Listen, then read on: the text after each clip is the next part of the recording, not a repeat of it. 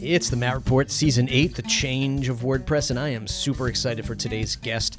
It's Marieke van der Ret, the CEO of Yoast. We're going to talk about all kinds of things. We're going to talk about, well, what it's like to be the CEO now and how that's changed, if at all. And I pop a secret question there towards the end of what happens if you were the CEO of Automattic? What would you do differently? So definitely stick around to the through the episode so you can hear the answer to that. But we're covering all bases of CEO life at Yoast, including talking about the educational products, the software products. Are they ever going to get into SaaS, and how does this whole Gutenberg thing go down with them? So an awesome conversation. Marieke's definitely the right person for the job, and I was just super pleased that she was able to join us to share some of the knowledge that she has, and it's quite vast. So I really hope you enjoyed this episode. Really give a shout out to Marieke if you find her on Twitter or at WordCamp. Say thanks for doing the show. Don't forget, if you really enjoy these shows, leave us a 5-star review on iTunes. It really helps us get found like every other podcaster under the sun and above the sun says. It really does. If you leave us a 5-star review, a little review, it really helps us get noticed on iTunes, Google Play, wherever you listen to your podcasts. All right, let's go and meet Marieke. I'm Marieke van Rakt, and since the 21st of January, I am the CEO of Yoast. Yoast is, of course, in the WordPress world, famous for our plugin, for our SEO plugin. I've been with Yoast, the company, for about 6 years. 5 or 6 years, yes. I founded Yoast Academy, which is our online courses platform, and I used to interfere with everything in the company, and eventually that led me to be the CEO because that made a little bit more sense than. What have been the biggest challenges now that you've taken on this new role? What are the biggest challenges that you've faced so far in this just short amount of time into 2019 as CEO? What are the things that you've really overcome, or things that you're still looking to sort of solve in this new role? Well, so internally, not much has changed because I was already we're with the 4 of us. So me, Joost de Valk, who is also my husband, and Michiel Heijmans and Omar Reis, they are the partners of Yoast, and we basically make all decisions with the 4 of us. But I always said when we needed to make a decision. So I was always leading, not saying what we should decide, but just making them all sit down and saying, we should think about this and we should make a decision here. So that really didn't change. I think if you talk to people internally in Yoast, they will say it's just the same as it ever been. Although I think because when you become CEO, it's like getting the ring from the Lord of the Rings. It's just, I thought nothing would change, but it's still, I want to do some things a little differently. So I started a project to empower women at Yoast. All of a sudden people noticed me. So people from outside of Yoast, so that changed as well. And I'm not as outspoken and not as visual as Yoast is, or what it still is. And so that's a challenge for me personally, that I have to put my face out. And I got to talk at amazing conferences, which I didn't or wasn't invited to before. So that opened a lot of doors for me personally. One of the things that I have found interviewing hundreds of guests is when they start a company out, they don't realize how large it's going to get. And one day they wake up, they find all the success that they have been able to build upon over years or a decade, and they have a lot of employees that work for them. They weren't really ready for that. So I was interested to learn from Marieke how she handles managing the large 100-plus team at Yoast, and if that's changed at all starting out as a CEO. You're about, I think the last video that I saw when you talked about the company internally, you were about 80-ish people back then. Is that still the same number right about now? We have about 85 people in Wijchen, in our offices in the Netherlands, and then we have 20 abroad, all over the planet. They are basically our support crew, so they do support for our plugin. And we also have some developers who don't live in Wijchen, don't want to live in Wijchen, but we'll work remote. Thinking about company culture, thinking about how to make sure that your employees are happy. But I really enjoy doing that. And that's a big challenge with 100 people. So it doesn't really change. I did I just feel a little bit more responsible as I did before, because still 85 people, and we also have like a husband and wife both working at our company. That's the entire family just relies on us for their livelihood, which is a big responsibility. So I take that really seriously and make sure that everybody's really happy, because you would like people to stay and work with your company. And we actually didn't have anyone leaving us for a year and a half. And now this month, 2 of our employees left. And I think that's a good thing, because sometimes people want to grow, but still it hurts a little bit. And I would like them to stay, but yeah.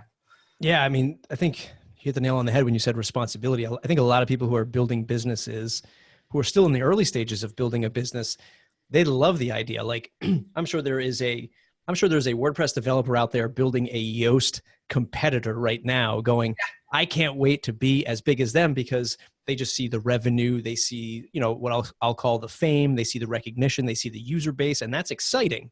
Yeah. What they don't realize is how difficult that might be to run a business of 100 people, 100 different personalities and families that you support. Yeah, that's hard. Yeah, it's also fun, but it's still, it's hard to keep them together and to keep them happy, because I think if your employees are happy, then they will probably be better in their jobs. So, do you find a difference in the larger section of the team who is in-house at the office versus the folks that are distributed around the world? Do you find a particular challenge to it's really the culture? Yeah, so a lot of WordPress companies are distributed, but we always believed in having people close together and have a lot of conversations. And the most inspiring ideas come from people who normally don't work together and just sit with each other. So and then we have our support team, and I don't really know these people. So we get them, or most of them will come to our offices in, I think it's August. Then we'll have a week that they all come and work with us. Well, they're not allowed to work, I guess, but do fun things with us. Get to know them as well. So I feel, yeah, that's really different. I see a lot of the people, and I know all of the families of all of the people who live in Wiegen. I don't know that from the people who live abroad. Sometimes I meet them at events, but most of them I never met in person. That makes a big difference. As we shift the conversation to talking about Yoast, the business, one of the things that has always fascinated me in the WordPress space, but even more specifically to Yoast, is their educational component, rightfully called the Academy. And I've always wondered how a company the size of Yoast, with so much attention to the software, was able to maintain running the Academy and creating educational products and maintaining the software. Here's what Marieke had to say. Yoast started off as a blog, and then the WordPress plugins came, which eventually led to WordPress SEO as one single plugin. But with Yoast, and afterwards lots of people started blogging and telling people about SEO, because it's not just a trick, it's something you need to learn and need to do. So there's a lot of educating around it, and we try to do that in our plugin as well, help people write. But a lot of things, it's just knowledge about what Google does and these kinds of stuff. I have an educational background. So when I came into the company, I was like, I want to make it more easy for people to learn, because learning from a blog post is really hard. And even learning from a video is hard. So we combined video and reading material. And then we have a lot of questions, which really tests whether or not you understood it. Yeah, making a course and making it the way we do it now, because we've made really large improvements in quality, is a lot of work. A plugin is also a lot of work, but it requires a different skill set. So we have the people from the education who now know a lot about SEO and about development as well, but they had to learn that at one side of the company, and then we have developers at the other one, and then we also have a marketing background. So these are two different processes, two different parts of the company. Would you say it's a longer cycle to develop Academy content or products than it is to develop like a new add-on feature to Yoast or something like that? Depends who's developing. We're not calling out any names on this No, show. still. So tomorrow we have a large new update of Yoast SEO, which contains a lot of schema, and Yoast himself developed all of it in like 3 weeks, I guess. So he's really quick. Of course, never can be that quick because we need to have the material and people have to shoot the videos, which is a lot of work. So it's a lot of work, and it requires you to update it every now and then. But that's for both sides. So the plugin needs updating, and the courses as well. And they kind of, yes, it's not the same. It's just a different skill set, but both is a lot of work. Do you ever feel like it pulls the company in two different directions, like two different mindsets kind of thing, or do they really just complement each other really well? I think they complement each other. We also think it's a good thing because to have like separate things in a company, just wise, because you never know what happens. So it's like having two horses to bet on. So that's a good thing as well. And I think SEO is more than just the things you can do in a plugin. So it's a really good way to keep learning yourselves, and it's a good upsell both ways. Well, I think the plugin is so large that it makes it easier to sell Academy, but the other way around could work as well. We have Drupal. I don't know if we have, no, we skip Drupal. We have Typo 3, we have Magento. But as you know, WordPress is 33% of the web, and the other ones are like 1. Right. So it's a lot of work making the plugin work for another CMS. But if we have a good partner, like in Typo 3, we have a really good partner, and they do a part of the development work to make sure it's compatible with Drupal. So we are selling those, and there's also a free version. But it's like, I think we sell as many as the Typo 3 in 1 year that we do with the WordPress in a day or so. Yeah. So it's just, it's a really small thing, but still, yeah, I hope WordPress will forever flourish, but it's a good thing for us to look outside the WordPress ecosystem as well. And speaking of ecosystems, when we're building products within the WordPress ecosystem, we have to remember that WordPress is going in a direction that we don't always have the control over. And doubly so for Yoast, where so much of their industry is rooted in Google. I was curious to see how they handled that. So we work together with Google. But Google isn't just a company. Google is like 800 companies. Yeah. So it's the alphabet. Yeah, it is. So we have close relations with the people who are also invested in the WordPress project. Those people from Google, we talk to them and we work together with them. So there's a relation there, and they are willing to work with us, because if we change something, and it changed on so many websites, so we are a partner for them as well. And we also have a network in the SEO industry, so all the people who are the enemies of Google, because that's the way they see themselves. But so we do a lot of knowledge in that world as well. So it's two worlds, which are very different, by the way, the SEO industry and the WordPress world. How so? How different? What are the one or two?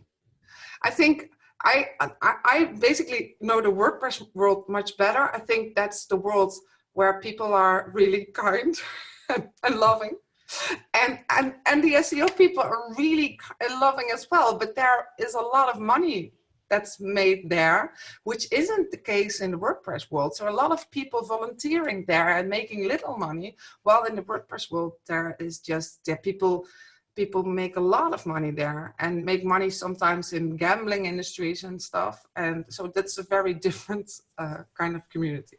With so many marketing SaaS apps out there, and with the rise of large WordPress plugins moving over to SaaS so that they can control the experience, I was really curious if Yoast had ever explored a SaaS model for their own. Yes, we have some things that are server-based, but it brings a lot of complications with it as well, especially privacy things. So now we don't know anything about people using Yoast because it's on your own site. And as soon as we get the SaaS thing, we also have responsibility for all the data that goes back and forth.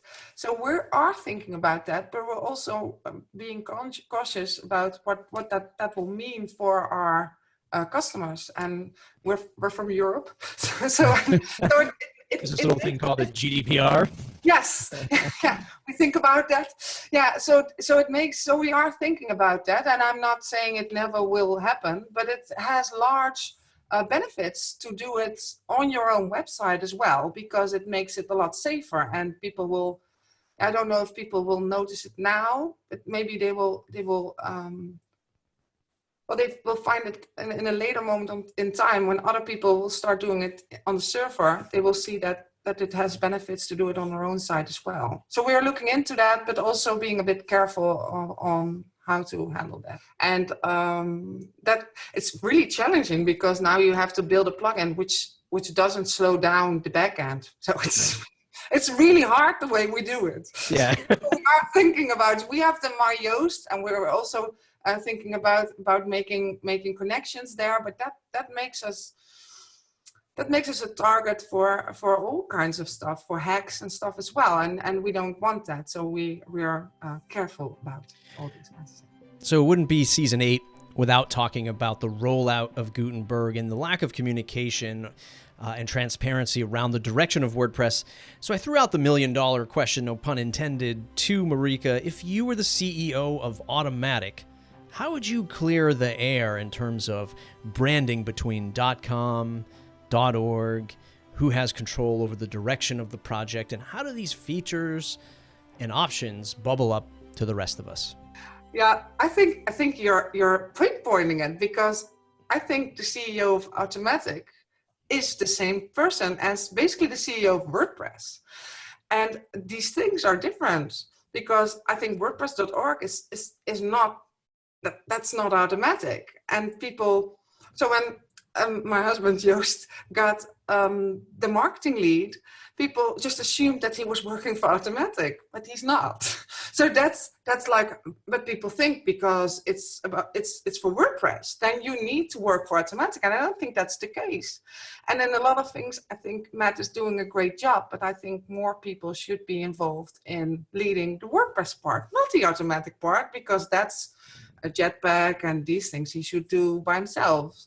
I don't have opinions on that, but I think the WordPress part needs more leaders. So Yoast got appointed as lead marketing, and I'm still hoping that more people will get appointed or elected. I don't know how we should do this, but to have like, and not people from Automattic, but people from outside Automattic.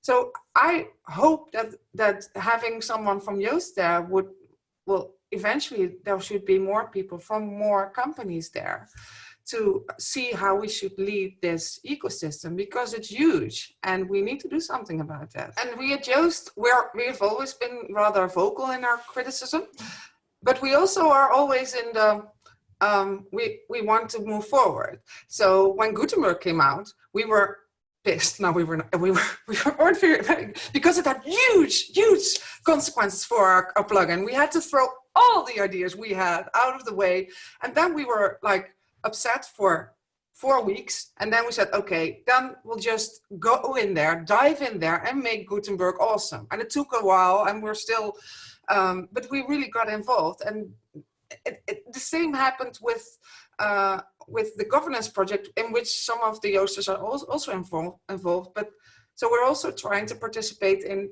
trying to improve it on the other way. So trying to improve it by taking the lead in one part of WordPress, and hoping that more people will follow and will be asked or will step forward in order to make a difference there.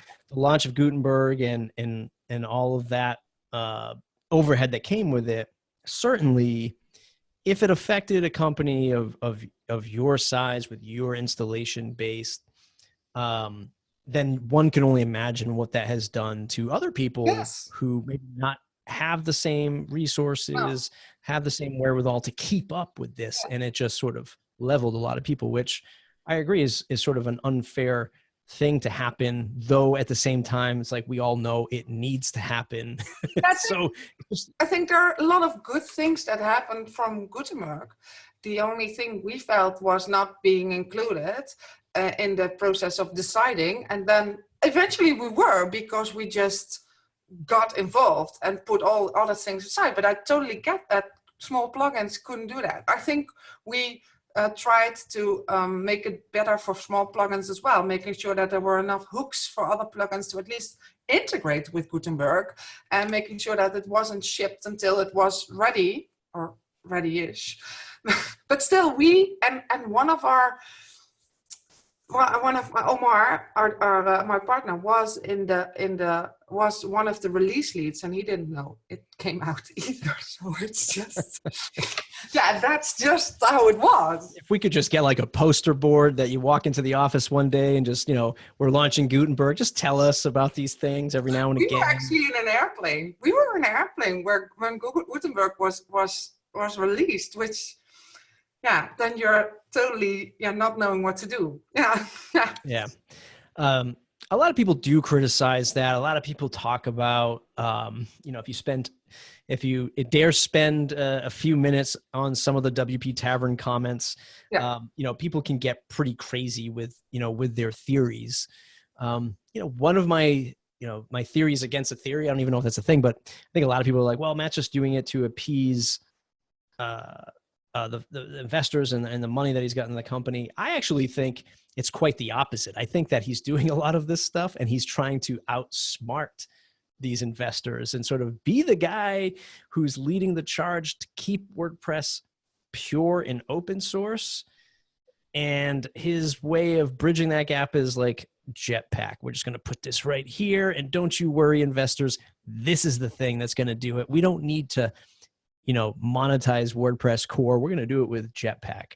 I think that could really be the case. I think from what I've seen, I think his intentions are good. He doesn't always communicate the best, but I don't think he has evil plans. Right. I do agree.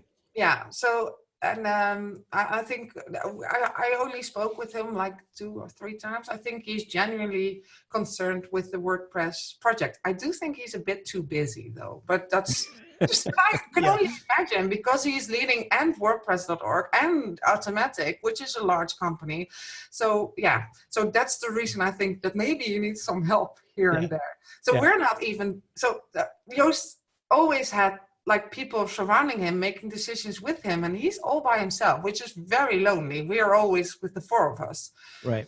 And then we are always disagreeing and talking about stuff and making decisions together, which I think makes it a little bit easier than doing it all by yourself. And of course, there are other people surrounding him as well, but eventually he is alone. This has been a great conversation with Marieke. I'm so glad I had the chance to sit down and finally have a conversation with her. Super excited to see where she's going to take Yoast into the future. So go ahead and find her on Twitter to say thanks. You can find me on Twitter. That's Marieke Rakt, without the vendor. And you can find me on my own website, which is marieke.blog. That's great, right? Yeah, that is good. That's the best ways to find me, I guess. Yeah. Awesome. It's everybody else. It's mattreport.com, mattreport.com/subscribe to join the mailing list